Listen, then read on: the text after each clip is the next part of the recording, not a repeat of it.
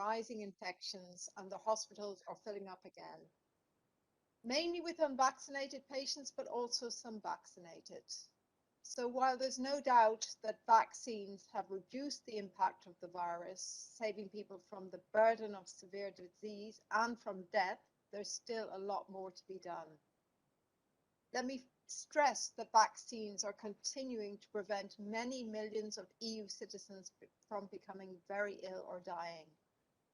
They're also helping to ensure that EU healthcare systems can provide routine care without the overwhelming numbers of COVID-19 patients we've seen in the past. But as we gather more evidence on how vaccines protect against the more infectious Delta variant, it becomes clearer and clearer that immune responses are waning over time, particularly in older and more vulnerable people. This means that booster doses after the second dose are needed to extend vaccine effectiveness. It's also very clear that vaccines alone are not enough as the temperatures drop in Europe. While the virus is still circulating, other public health measures such as social distancing, face masks, good ventilation and hand washing continue to be key pillars in combating the pandemic. Here in the EMA, we've paused our return to the office. We had a pilot that we were trying to bring people back to work in our office, but we're maintaining the public health measures, including mask wearing and social distancing in all our public spaces. So it's still a difficult time for all of us, and the pandemic is clearly not over, and many of you will have legitimate questions and concerns. But I have to also, on a more positive note, say it's also a time for hope, because we're in a better position today than we were this time last year, with tools such as vaccines and additional medicines now becoming available to help fight the pandemic. And they are truly making a difference, as you will hear later. The high number of people in clinical trials and the unprecedented collaboration among stakeholders were some of the reasons that these vaccines could be approved in record time. But we've also seen a huge increase in manufacturing capacity. Within less than a year, more than 800 million vaccines have been distributed across the EU, and we've also exported 1.1 billion doses to help the rest of the world. EMA experts have carefully reviewed new sites, new formulations, as well as data to support the extension of shelf lives of vaccines to help make this all happen. And the high volumes of vaccine rollout, make this the largest vaccine campaign in history, which also means that we have lots of evidence on which to review and examine even very rare side effects. Vaccines remain a key instrument against COVID-19. This means it's of the utmost importance that people get vaccinated and get their full initial course of vaccine, as well as any booster doses as soon as they are recommended to do so.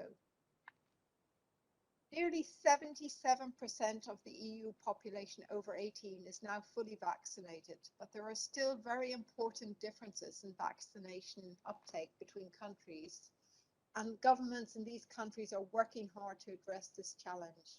If we want to beat the pandemic, it's vital that we all work together and increase vaccination uptake across all countries in the EU. As I mentioned, in addition to vaccines, new therapies are starting to become available, and these will complement, although not replace, vaccines. So this meeting, we want to listen to you. We want to listen to your questions, your concerns, and to respond, to hear what challenges you see, what we can do better. We'll also share with you what EMA and EU health bodies are doing to ensure that vaccines and treatments meeting the high EU standards continue to get approved quickly and after a thorough evaluation, and how once we have approved medicines and vaccines, we continue to take every effort to ensure that they remain safe and effective. We also welcome here today another important actor in this pandemic, the European Centre for Disease Prevention and Control, ECDC. although the individual member states are the ones who design and implement the actual vaccination programs and are responsible for the day-to-day measures that help to control the infection, ECDC is monitoring, collaborating and analysing the outcomes, and ECDC will summarise where we are in terms of vaccinating citizens in the EU and will tell us about what impact this is having at a community level. So without any further delay, I'd like to give the floor to Fergus Sweeney, who's our Head of Clinical Studies and Manufacturing, and he's going to be moderating the event today. So over to you, Fergus. Thank you very much, Emer, and it's also my pleasure to welcome all of you, to extend a warm welcome to this important meeting. And as Emer has said, I will be your moderator today. My name is Fergus Sweeney. I'm head of the Clinical Studies and Manufacturing Task Force here at the European Medicines Agency. Now, as our Executive Director, Emer Cook, has explained, this meeting will provide an update on key aspects of the assessment, approval, safety monitoring, and very importantly, the great impact that the 4 vaccines, Comirnaty, Moderna, AstraZeneca, and Janssen, which are so far approved in the EU, have on this disease and its spread. So really important information we'll hear. We'll provide an update about some of the candidate vaccines still under review, and also on new treatments, which you'll be hearing a lot about in the media, and explain how those can work and where we are in the authorization process. Importantly, we've also heard a lot about boosters and third doses, and we'll be discussing these in the context of which they've been reviewed and recommended by the European Medicines Agency. And together with this, we'll look at other developments in the vaccination campaign, such as the use of vaccines in children and in pregnancy.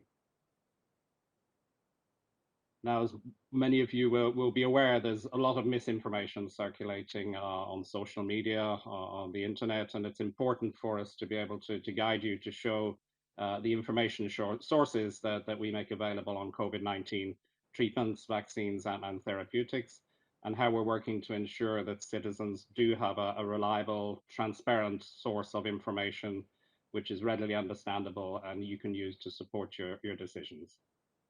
Our aim is to present the information in a public-friendly manner, so it can be understood by as wide a range of people, of citizens as possible, either online now with us or viewing this in the future. So we'll have 4 presentations to start. We'll run it similarly to our meeting in March. The first presentation is an update on approved and candidate COVID-19 vaccines and therapeutics in the European Union. And this will be given by Marco Cavalieri, our head of biological health threats and vaccine strategy at EMA. He will be followed by Georgi Genov, head of pharmacovigilance at EMA, who will present on vaccine safety monitoring and with an update on emerging data since the EU authorizations. We will then have Piotr Kramarz, who's Deputy Head of Unit and Deputy Chief Scientist of the European Centre for Disease Control. As Emer said, they're joining us in this meeting, and he will present on COVID-19 surveillance and vaccination coverage in the EU. So really important information. And finally, to guide you to the sources of reliable information from the European Medicines Agency, we will hear from Melanie Carr, our Head of Stakeholders and Communication Division at EMA. The second part of the meeting is then really for you, all of our listeners. So you've joined us online or in the virtual meeting room, and then you'll have opportunities to present questions so we can hear you, respond to the questions and views that you present. We have people for general public, patients, citizens, healthcare professionals, academics, some people from the pharmaceutical industry. That's your opportunity, all of you European citizens, to pose your questions and express your concerns, and hopefully we can respond to those, and hopefully the presentations which will now start will also help to advise you. In the break, we'll provide you with a Slido link to submit questions. But without further delay, I'd like to hand over to Marco Cavalieri for our first presentation. Marco, the floor is yours. Thank you very much, Fergus, and good afternoon to all of you. So as said, I will give you a bit of an update of where we stand with the activities of the EMA on vaccines and therapeutics for COVID-19. Next slide. This is an outline of what I will be speaking to you about. Next one.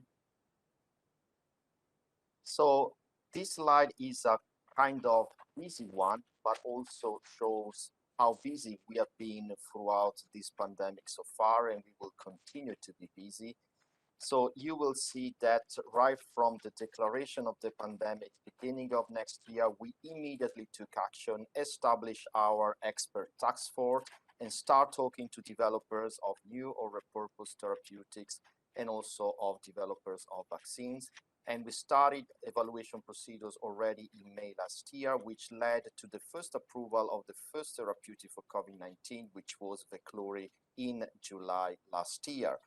Then towards the end of last year and beginning of the new one, the vaccines came, and you see that 4 have been approved to start with. And then after the spring this year, we started doing a lot of activities with respect to approving variation of the vaccines initially approved in order to enlarge their use and the recommendation for use in pediatric population to start with. And then importantly, in October around the booster use. And also we have been approving additional therapeutics now, Rekiron and Ronapreve, and I will tell you more in a few minutes. But this is just to show the intense work that has gone through in these months and that we will continue carrying on towards the end of this pandemic. Next slide. Let's start with the vaccines. And the first important statement is what is written here on these slides. So vaccines have reduced the impact of the virus, and they do remain a key tool to combat the pandemic. As you know, the Delta variant is spreading around. However, the vaccines are remaining effective, saving thousands, or I would say hundreds of thousands, from hospitalization and death. However, there is still more to do. As you know, cases of infections are rising throughout Europe, and also hospitalizations are growing as a consequence of that. However, it's important for me to underline that most hospitalization and deaths are seen in people that are not vaccinated. Even if still we are seeing that also some vaccinated people, they can get hospitalized with COVID. And this is because there are no vaccines that are 100% effective. And when you vaccinate millions of people and the virus is spreading around quite substantially, you may end up with few cases in which severe disease might occur. But still, they are a tiny proportion of the entirety of people that have been vaccinated. We are also been seeing that protection tends to wane over time, and this is not unexpected. For many vaccines, we've seen the protection decreases after the primary vaccination. And so we may need to restore that protection by using booster doses. Next slide. Indeed, we have already seen emerging data that show how booster doses are able to restore protection against infection of disease, and they confer really high level of antibodies, much higher than what we see after completion of the primary vaccination. As you know, most EU member states are already giving boosters, and the boosters for Comirnaty and Spikevax, which are the messenger RNA vaccine for Pfizer, BioNTech, and Moderna, respectively, have been approved by the EMA with a 6 months interval after the completion of the second dose, so the primary series in adults. And this opinion came up in a timely way at the beginning of October, leaving flexibility on the use of the booster doses depending on the epidemiological situation in the countries, acknowledging that things would be moving very dynamically throughout this cold season and with respect to decision taken by public health authorities. Also, we are evaluating a booster dose for the Janssen COVID-19 vaccine that should be given from 2 months after the first dose in adults. As you know, the Janssen COVID-19 vaccine requires a single dose for completing the primary vaccination series. We have also been approving extra doses of Comirnaty and Spikevax for people with severely weakened immune systems aged 12 years and older, because we saw that indeed in this group of people that are not responding well to vaccination, a third dose is very important in order to increase the immune response. And I'm also glad to anticipate to you that today the CHMP gave a positive opinion for the use of Comirnaty in children from 5 years of age, including children that have severely weakened immune system, similarly to what we already decided here for those 12 years and older. Next slide. What about the safety of the booster doses, which is a question that has been emerging quite substantially? First of all, let me say that this is the largest vaccination campaign ever, and the safety profile that we've seen so far is very reassuring. The current data will show that the common side effects after the booster are very similar to what we've seen after the second dose of either Comirnaty or Spikevax. And now there is a growing number of people that are receiving the booster dose, and so far we are not seeing any specific safety concern emerging, which is extremely reassuring. Of course, the risk of myocarditis and pericarditis or other very rare side effects after boosting are carefully monitored, and you will hear more about what we're doing in terms of safety monitoring for vaccines for COVID-19. Next slide. Another important area of discussion has been the possibility of mix and matching different vaccines, what is called heterologous vaccination. And you see here in this slide that this heterologous vaccination could occur in the context of the primary series for vaccination, in which you give a certain type of vaccine as first dose and another type as a second one. But it can also happen in the context of heterologous boosting.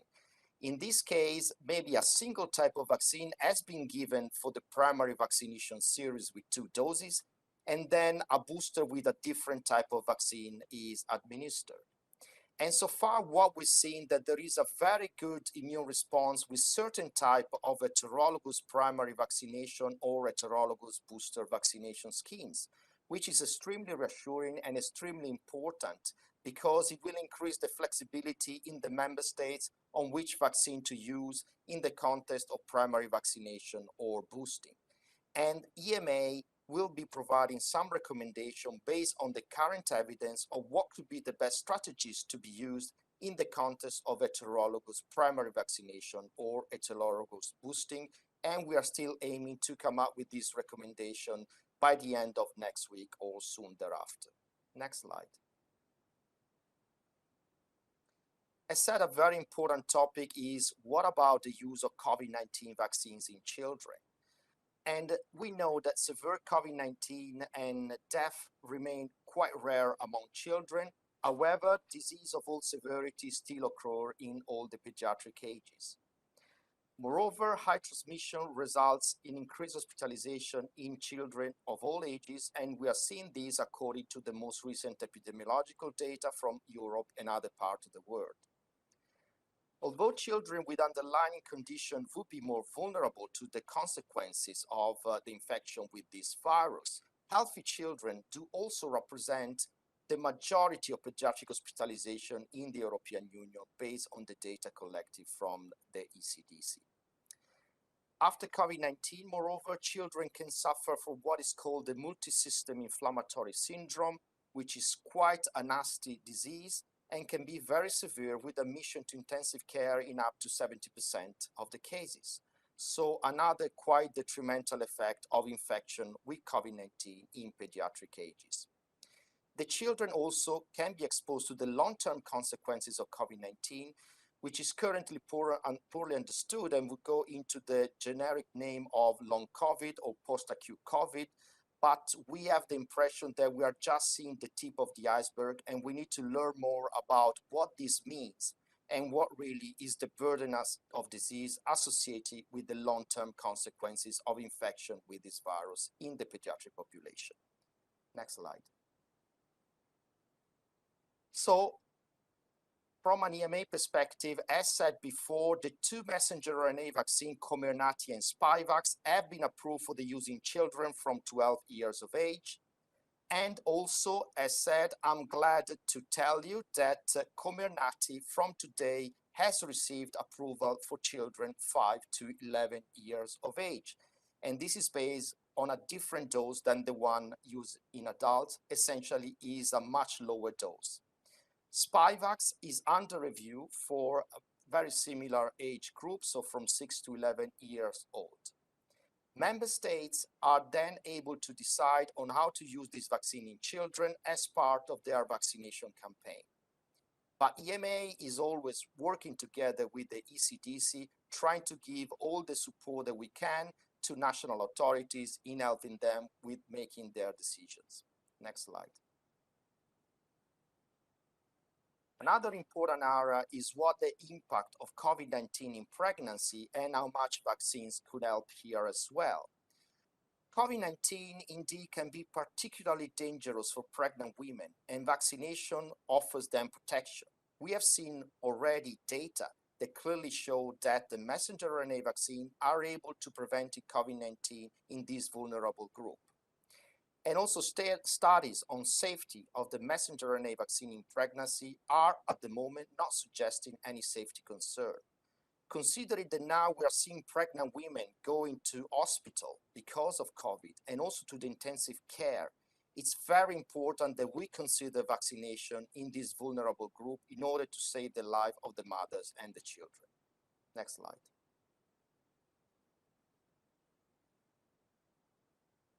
So, as you know, our process requires that we continue maintaining our standard with respect to quality, safety, and efficacy of the medicinal products and the vaccine, but at the same time trying to speed up as much as we can in order that effective vaccines and therapeutics can reach patients in need and the general population as soon as possible. And in the context of the conditional marketing authorization that was granted for all the COVID-19 vaccine up to date, we have been recently renewing for another year this authorization for 3 of them, Spikevax, Comirnaty, and Vaxzevria. And at the same time, we are trying to look into a way of accelerating the process to come up with a full marketing authorization as soon as we can. And so there will be more to follow in this area as well. Next slide. You can see here on our website all the information with respect to what the EMA is doing with respect to COVID-19 vaccine, which one have been authorized, which one are under evaluation or rolling review, and where we stand overall with the appraisal of vaccines for COVID.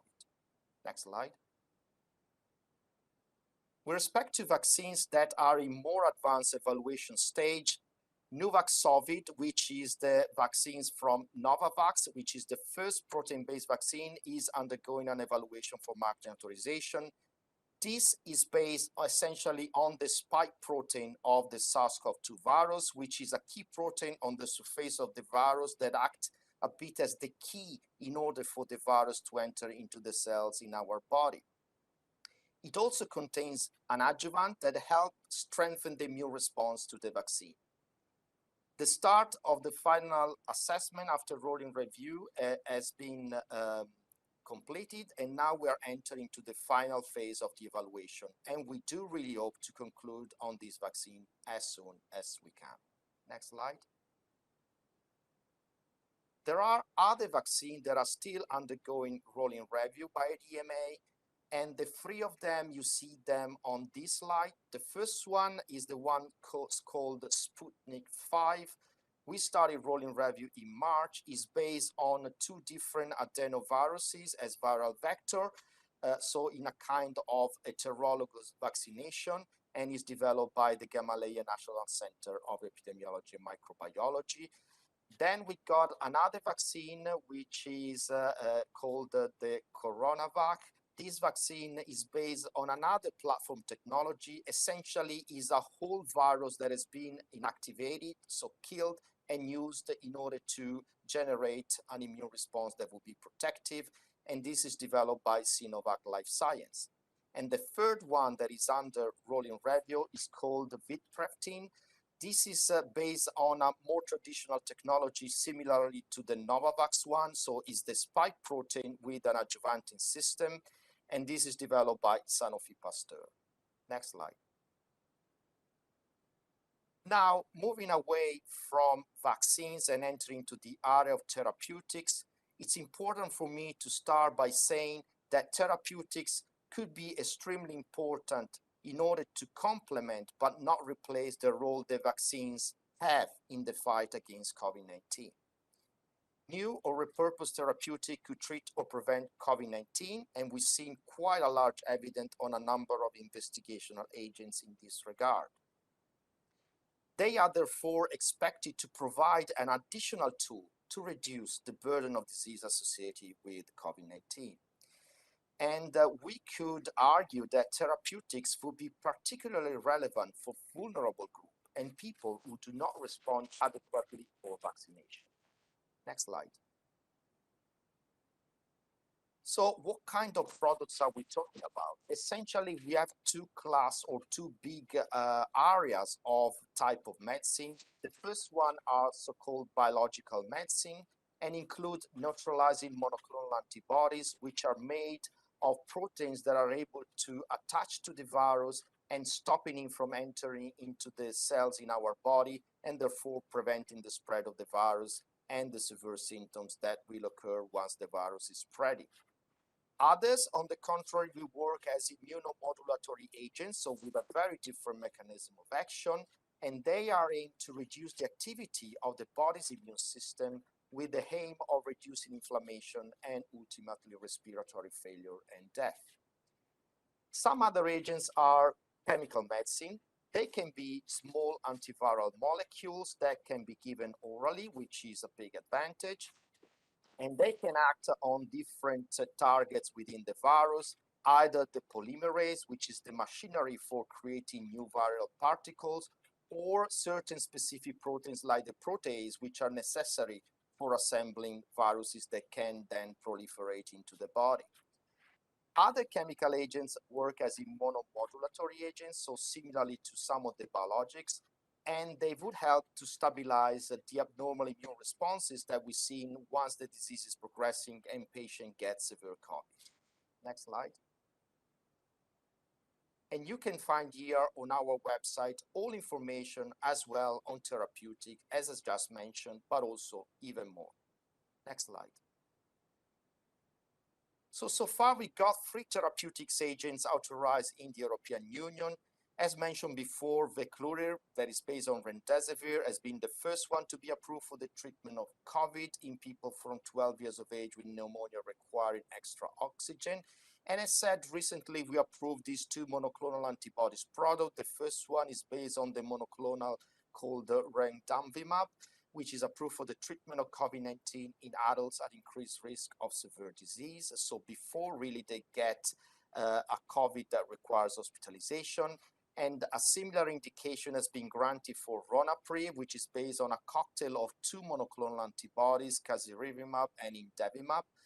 And also this cocktail has been approved for the prevention of COVID-19 in people from 12 years of age on top of the treatment of disease indication similarly to remdesivir. Next slide. But there are many more that we are evaluating. And you see here on this slide the 3 specific immunomodulatory agents that we are evaluating for marketing authorization. The first one is based on baricitinib, which is a repurposed agent. All of them actually, they are repurposed agents. And this one is for the treatment of COVID-19 in hospitalized patients from 10 years of age who require extra oxygen. Similar indications are also going to be looked at for anakinra, which is another immunomodulatory agent, and tocilizumab as well, which has been quite widely discussed since the start of the pandemic as a potential option for treatment of severe COVID. And we do really hope that at least for some of these agents, we will be able to come up with an approval before the end of this year. Next slide. Then there are 2 products that have already started the actual marketing authorization as new therapeutics, so not repurposed agents. One is sotrovimab, which is another monoclonal antibodies for a similar indication as the other one that I mentioned just earlier. And then the second one is molnupiravir, Lagevrio, which is one of these small molecule antivirals that can be given by oral route and therefore are quite attractive considering that they are supposed to be used essentially in the community. Next slide. And also under rolling review, there is another agent, which is another cocktail of monoclonal antibody composed of dixagevimab and silgavimab under the name of Evusheld.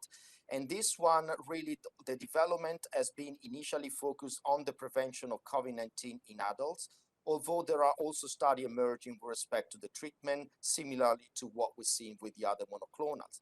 So the pipeline of antiviral agents is quite lively and quite robust, and we do really hope that in the near future we will be able to conclude at least with some of them. Next slide. Specifically, with respect to the oral antivirals, Lagevrio, so based on molnupiravir, but also an additional one that is called the Paxlovid, which is developed by Pfizer for a similar indication as molnupiravir. We have been looking into the preliminary evidence that has become available, at least with respect to molnupiravir. We were able to give an advice to member states with respect to the potential use in the context of emergency use for this antiviral agent. And we will do the same also for Paxlovid, should the evidence that we have be sufficient to do so.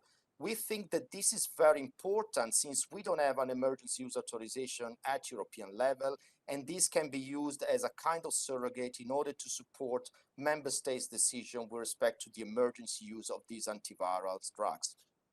Next slide. So this is my conclusive slide. And first of all, let me reiterate that vaccines protect against the heavy burden of disease and death related to COVID-19 and remain the crucial tool in the fight against this pandemic.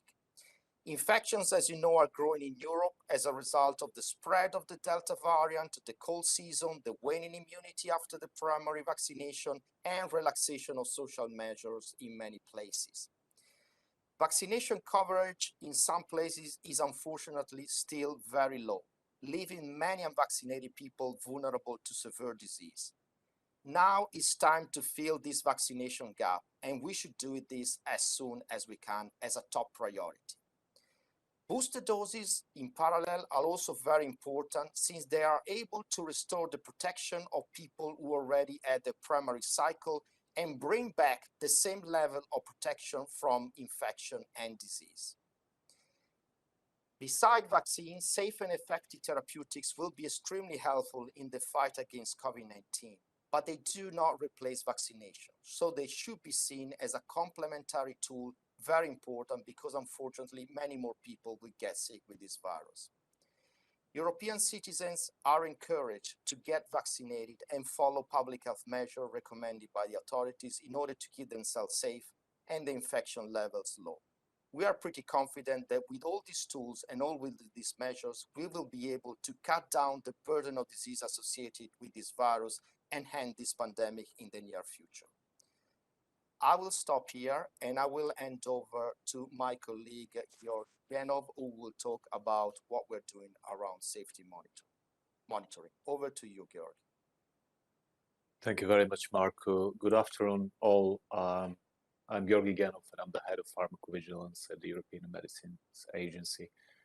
If we move on to the outline of my presentation, I firstly would like to highlight that COVID-19 vaccination campaign is the largest ever, and based on the wealth of information that we have received and evaluated, the safety profile of COVID-19 vaccines remains very reassuring. In the next 15 minutes, I will provide a high-level overview of safety monitoring of COVID-19 vaccines.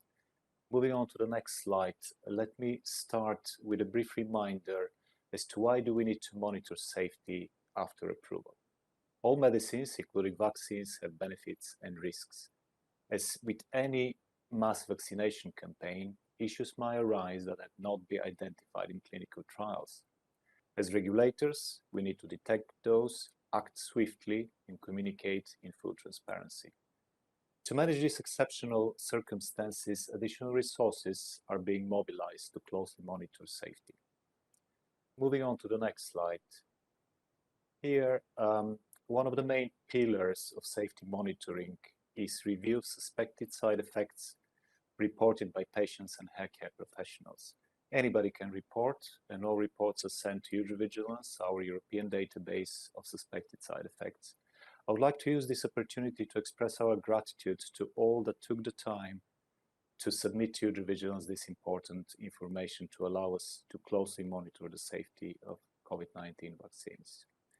On the next slide, you could see the impressive size of the vaccination campaign, both in terms of doses administered, that you can see in the green bubbles, but also the wealth of information we have received. It is essential to understand that reports from patients and healthcare professionals describe medical events that have occurred following vaccination, which doesn't necessarily mean that they've been caused by the vaccine. Those could very well be caused by other health conditions that have occurred in temporal association to the use of the vaccine. It is also important to put the numbers of suspected side effects in the context of how many people have been vaccinated and for how long. Moving on to the next slide. Let's take the key question: do COVID-19 vaccine remain safe? The safety of vaccine is continuously monitored. COVID-19 vaccines with over 589 million doses administered continue to show a very reassuring safety profile. As with all medicines, side effects do occur, but these are usually mild, are outweighed by far by the benefits that vaccines bring against severe disease and death. Let's move on to the next slide. Let's focus our attention on a few examples of risks detected and managed post-approval. Our pharmacovigilance system has been particularly efficient in detecting and managing new safety issues. EU was at the forefront of dealing with the very rare side effects of unusual blood clots with low blood platelets, the so-called thrombosis and thrombocytopenia syndrome, or TTS. We have detected earlier the risk and managed the risk for Vaxzevria, and we have been proactive in dealing with the risk for Janssen and acted even before the vaccine was rolled out in the EU. It is important to note that TTS cases remain very rare, and at the bottom of this slide, I draw your attention to symptoms to be aware of post-vaccination to detect early this very rare condition. Let's move on to another example of safety issue on the next slide, detected and managed. This relates to myocarditis post-vaccination with mRNA vaccines, which occurs in very rare cases, and it is observed primarily in the 14 days after vaccination, more often after the second dose and more often in younger male. It's important to know that the course of this condition is generally mild and responds very well to treatment. When discussing risks, it is important to put those in the context of benefits that vaccination provides in terms of preventing hospitalization and death. For this particular condition, we should also note that COVID-19 itself can cause myocarditis.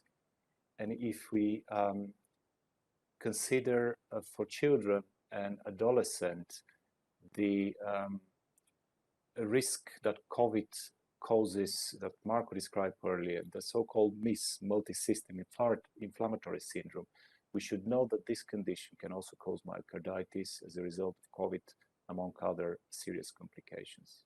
Let's move on to the next slide. We as regulators are committed to continuously monitor the benefits and risk of vaccines. And so how do we look at reports? A scientific assessment looks at the suspected side effects in the context of the person's individual case to determine if it may be caused by the vaccine or it might have occurred for other reasons. Side effects assessed in the context of all available data on the vaccines, and this could include clinical trials, other studies, and the scientific literature. We draw science-based conclusions on the benefits and the risk, and could take a number of different actions if these are warranted. Let's move on to the next slide. Unfortunately, we have seen a lot of misinformation circulating online, including posts in social media misappropriating our logo and providing inaccurate information. So it is very important to get the facts right and refer to reliable sources of information, such as the websites of medicine regulators. So on our website, we have medicine overview addressing questions and answers in lay language. We publish the risk management plans, which describe how safety data is collected and how risk can be mitigated. And we have recommendations and precautions for the safe and effective use of each approved vaccine. For healthcare professionals, this can be found in the summary of product characteristics, and for patients in the package leaflet. Furthermore, if we move to the next slide, we publish on a monthly basis safety updates, which contain the main outcomes from the PRAC latest safety assessment and inform of what new information will be added to the product information, as well as updates on assessments of new safety data, overall information on how safety is monitored, and some background information on the vaccines. Let's move on to the next slide. Now, in addition to reports we review on a very intensive basis in reports submitted in user vigilance, as well as studies requested to the vaccine manufacturers and careful review of all published scientific literature, we have commissioned independent EMA studies, which allow us to quickly generate background rates and support prompt evaluation of any arising new safety concerns. So moving to the next slide. In the context of COVID-19, we have seen and we have benefited from a very intense collaboration with other regulators. We have used established frameworks and have set up new ones in order to exchange promptly information, to get access to worldwide data, and also to use assessments from other regulators and expertise. Let's move on to the next slide. In conclusion, let me highlight the main points. COVID-19 is the largest vaccine campaign ever, and the safety profile of the vaccines remains very reassuring. A strong EU pharmacovigilance system is in place. Safety is our priority and will not be compromised. Unprecedented efforts have been made to manage high volume of safety information. Very rare side effects, some serious, have been detected quickly, assessed promptly, and acted upon. And this has been supported by continuous transparency and communication to the public. We have enhanced tools for safety monitoring and frameworks for risk communication and quite intensive international collaboration. COVID-19 vaccine safety is stronger with your participation. Please continue to report suspected side effects. That ends my presentation. Thank you very much for your attention. With that, I will pass to the next speaker.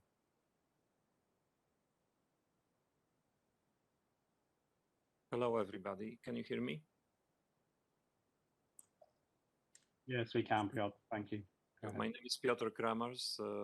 I'm the Deputy Chief Scientist at the ECDC in Stockholm. We work very closely with our colleagues at the European Medicines Agency, and it's my pleasure to present at this very important meeting. Next slide, please. I will tell you a little about ECDC role, and then I will show you some update on the global and EU epidemiological situation.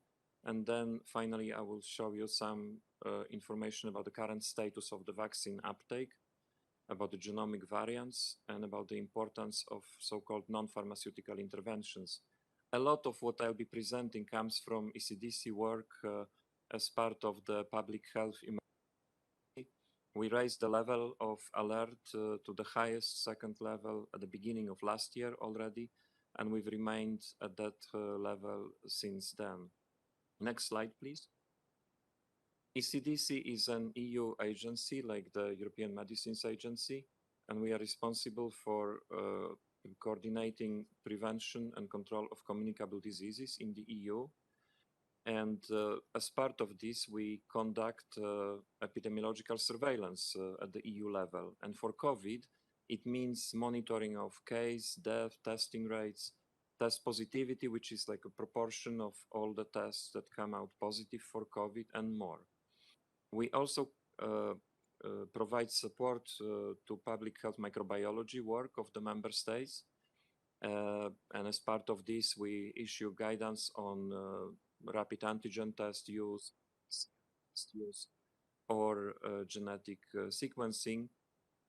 Based on all the information that we collect and expert considerations, we issue scientific advice about the optimal ways to combat COVID.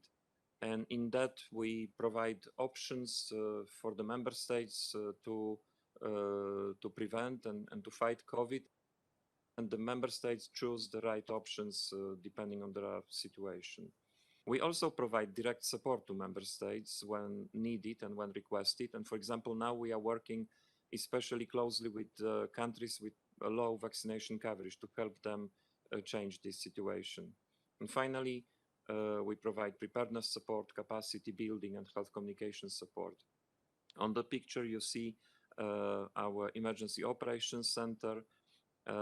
I myself am part of a roster of so-called emergency managers, and I work there from time to time on shifts as an emergency manager. Next slide, please. Let's start with a look at the global situation. This graph shows you the evolution of the numbers of cases over time globally, and you can see that the story is not over.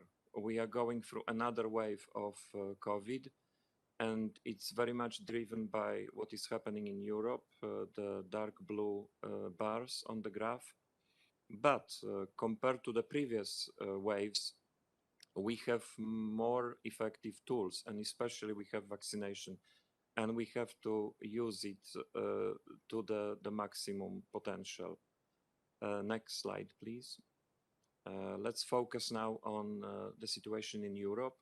On this picture, you can see two graphs. The blue curve shows the behavior of the case rate, and you see the rapid increase in the recent weeks. And the green curve shows you the slow increase in the death rates. And this discrepancy between the rapid increase of the cases and slow increase in deaths is largely contributable to the use of vaccines. Vaccines do prevent transmission, as you heard, an infection, but not at 100%. But they are very good at preventing death and severe COVID, and you can see it on this graph. And next slide, please. But the use of the vaccines is just one of the important factors that are driving the situation at the moment. And looking at the vaccination uptake, as of today, around 66% of the total population is vaccinated fully, and around 77% of the adult population, which means that more than 20% of the adult population for whom vaccines are available and recommended are not vaccinated. Secondly, what is driving the recent developments to a large extent is the spread of the Delta variant.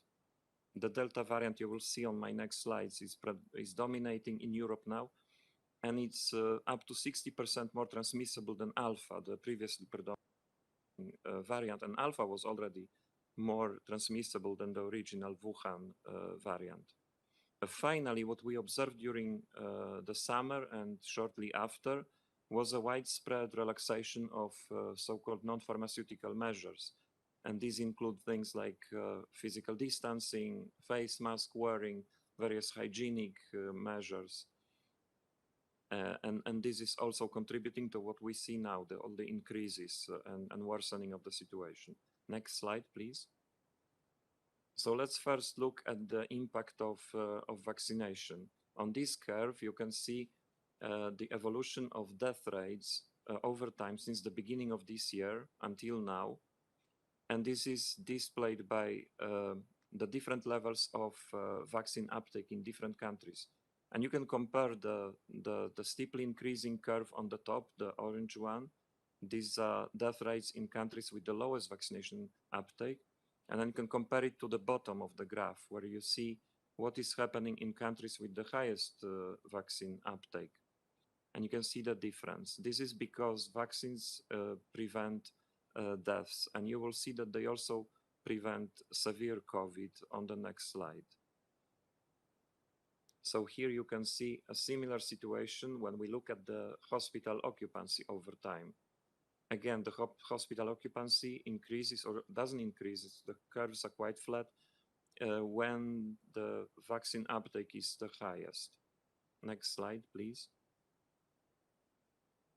Here you can see similar picture when you look at the intensive care unit occupancy over time.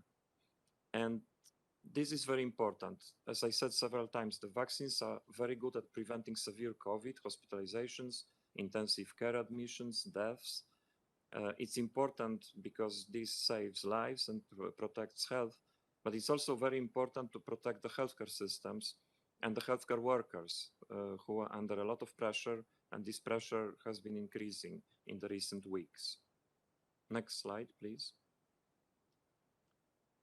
No single parameter can reflect the situation, the pandemic situation at this stage of the pandemic. And at the CDC, we use now a composite indicator, which combines case notification rates, test positivity, situation among the elderly, situation in the hospitals, and death rates into one indicator. And the darkness of the color corresponds to the level of concern in the situation. When you move from the west to the east of Europe, roughly, you can see that the situation worsens and the level of concern increases. You can see the evolution of this indicator at weekly intervals. We update these graphs on Thursdays. Next slide, please. And you can compare it now to the vaccine uptake. You can see now the level of vaccine uptake in Europe. Again, moving from west to east, roughly, you can see the vaccine uptake gets lower. And it doesn't take much time to see the correlation. The higher the vaccine uptake, the lower the level of concern with the current pandemic situation. Next slide, please. You probably noticed on my previous slide that I showed you the status as of November 14, but it doesn't change very much. You can see here on this graph the behavior of the vaccine uptake over time in different age groups. And you can see that after a slow start at the beginning of the year, when there were a few, then there was a period of quite rapid increase. But in the recent weeks, there has been a plateauing of all the curves, almost all of them, and it's very difficult to move even by 1%, and this is very worrying.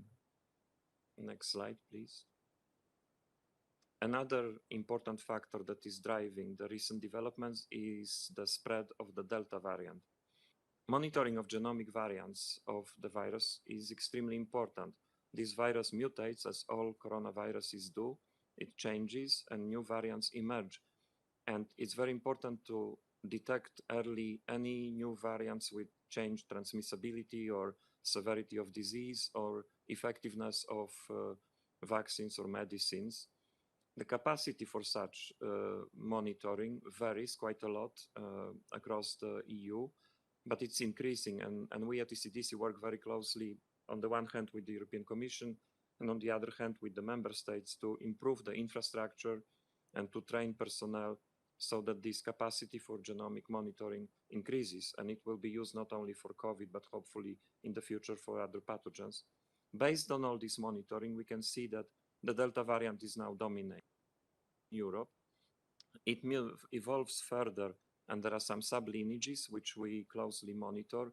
One of them you probably heard about is the AY 4.2. It has slightly increased transmissibility. It doesn't seem to cause more severe disease or escape immunity. But it's extremely important to reduce the viral transmission at the moment and the viral spread, because the more of this spread, the higher the chance that a new variant with some dangerous properties will emerge. Next slide. And you can do this on the one hand through vaccination, but on the other hand through so-called non-pharmaceutical interventions, such as physical distancing, mask wearing where indicated, hand hygiene, etc. We have increasing evidence that they work. They work not only for COVID, for the SARS-CoV-2 virus, but for other respiratory viruses like the influenza virus. But their effectiveness depends on how early and how swiftly they are implemented. And when they are implemented, they have to be accompanied by clear risk communication to explain to the population why they are introduced, based on what parameters, and when they will be lifted. Community engagement is key here. ECDC, together with the Joint Research Center, maintains a database of measures of these non-pharmaceutical interventions implemented by the member states. And when we looked at this database, we noticed that at the beginning of November, overall fewer measures were in place when compared to the situation a year ago at the same time or 6 months ago. And also this is driving the current developments. Next slide. So I would like to leave you with 3 key messages. The first one is that the highest priority is the continued effort to increase vaccination coverage, to vaccinate those for whom vaccination is recommended and who are not vaccinated. We have to close the gaps in vaccination everywhere. Secondly, EU and EEA countries should consider a booster dose for adult population, especially those 40 years of age and over, targeting first, of course, the most vulnerable and the elderly. And finally, even in countries with high vaccine uptake, maintaining or reintroducing the non-pharmaceutical measures remains vital to reduce transmission. We are approaching now the end of year festive season when people will be traveling, they will be shopping, they will be meeting with their families, their friends. And applying these measures will help control the spread of the virus, and we will protect the health and the lives and the healthcare systems functioning. Next slide, please. We've observed during this pandemic an unprecedented spread of misinformation and disinformation. In fact, the next presentation will be about this.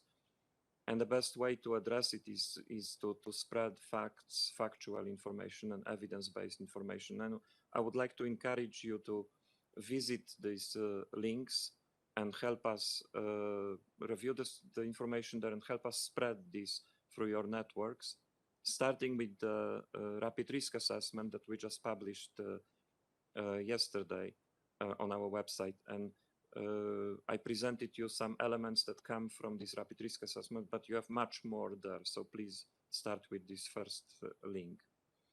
Next slide, please. Finally, I would like to acknowledge all the member state experts with whom we work, who submit the data that we analyze and that I presented to you. And they also help us with our scientific advice development, and all the ECDC colleagues with whom I have a pleasure to work. Thank you very much. And now to introduce Melanie Carr, who will talk about addressing the misinformation about COVID. Melanie, please go ahead. Thank you, Piotr, and good afternoon to everyone. So in my presentation, I would like to highlight the importance of reaching out to reputable sources for information, echoing the comments of many of the previous speakers. On to the next slide, please. So I'm going to touch on aspects of misinformation, talk about how we at the EMA are working to address it through communication and transparency and engagement with stakeholders.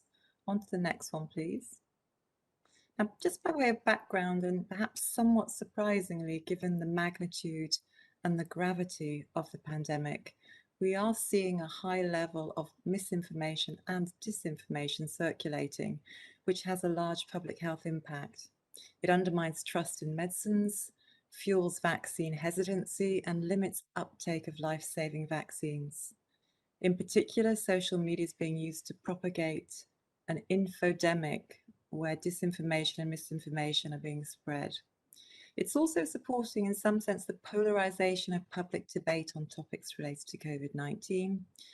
It's therefore critical that we work hard to stem the tide of misinformation and address confusing or misleading information head-on.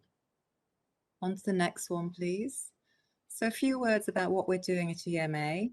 We're working to identify particular concerns and misinformation as early as possible, looking at the sorts of issues being raised in queries we receive from members of the public. We're not doing this alone, we're working closely with our regulatory partners, notably our colleagues at the European Commission and WHO. We're also engaging in active dialogue with the public and our stakeholders to listen to your concerns. Our aim is to address proactively and, if you like, pre-bunk the myths, trying to address the concerns before they take hold. We're also working hard to set the record straight as far as we can and have our voices heard on social media and through other communication channels. And our aim is to communicate the fact-based science that supports our regulatory decisions, and of course to ensure full transparency on EMA's actions and decisions, and also on any data supporting our regulatory decisions. On to the next one, please. I'd like to give a couple of examples of misinformation that have come up recently. This first one relates to reports of suspected side effects reported in our safety database, which is called Vigilance. And these were picked up on social media. There were false reports showing inflated numbers of side effects reported with the vaccines that were wrongly claiming to be sourced from EMA. So to address this now, the agency provides a summary of the overall number of side effect reports and also publishes monthly safety updates that we produce for each of the vaccines. These reports put the number of suspected side effects into the context of the doses given, and also provide the latest information on the safety profile in those monthly reports. And on the right-hand side, you'll see an image from our website where you can go and find access to the real numbers and also for further explanation. On to the next one, please. And another example, this one relates to claims that there is insufficient data on the quality, safety, and effectiveness of COVID-19 vaccines, primarily due to the speed at which they've been developed and brought to the market. Now, to address this, EMA has published information explaining how vaccines are developed and authorized and how this can be condensed without compromising standards. And again, we've produced some infographics which are shown here on the right-hand side of this slide. And this really is supported by some material which explains how vaccines are developed, comparing to more standard cycles, and how that is brought much shorter to the market. Once again, we want to emphasize that there are extensive study results to support the vaccines, and we have full transparency on the basis of the authorizations. This is detailed in the assessments. So we publish European public assessment reports, and also we publish the clinical data that underpins those assessments. On then to a few words about how we're communicating. On to the next one. So yes, indeed, we are communicating. We've developed a number of new information materials, or several tiers of information on development and approval of vaccines. We're also responding to queries from members of the public, as well as patients, healthcare professionals, academia, and media. We're updating on key developments with regular bi-weekly press briefings, organising public meetings such as this one, and also engaging on social media. We're also undertaking more and more interviews with the media. Working with ECDC to provide content for the European Vaccination Information Portal. And importantly, on the portal, you'll find information on vaccines in all EU languages. And as and when needed, we will be providing safety communications to complement regular monthly safety updates. Now, I'd also like to share some examples on the next slide of the information we're publishing. So this slide shows an image that we've produced for Twitter, which is updated every week. And that really provides a snapshot overview of the vaccines which are under rolling review, evaluation, or authorized. And we produce a similar one for therapeutics. On to the next one then. And this again, referring back to how vaccines are developed and authorized, provides the different tiers of information where you can go in and read an explanation about that.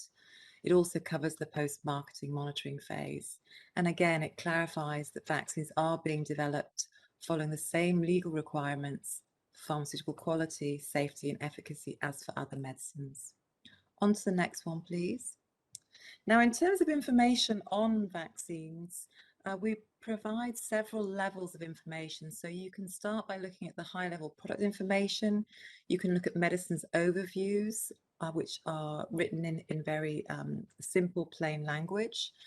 Then you can delve into more detail into the assessment itself in the European Public Assessment Reports.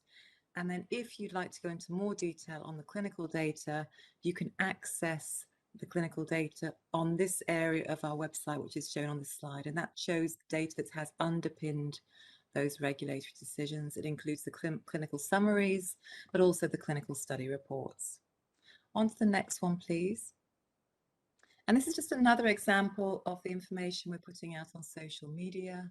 It shows how we're communicating on the evaluation and the approval of COVID-19 vaccines, primarily on Twitter and LinkedIn, and we have a simple timeline on the right-hand side to visualize the process. On to the next one.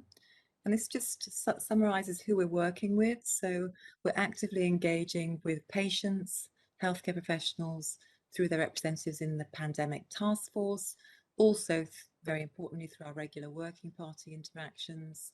And they're also assisting us in user testing our information materials, and we're doing more and more of this.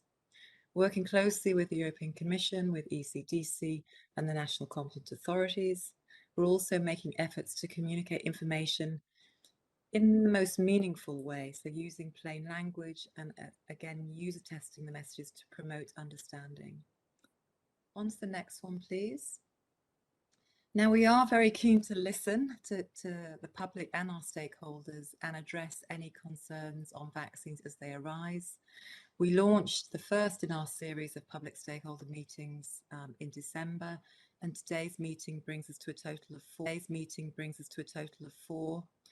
Links of the previous meetings are provided here for ease of access. On to the next one, please.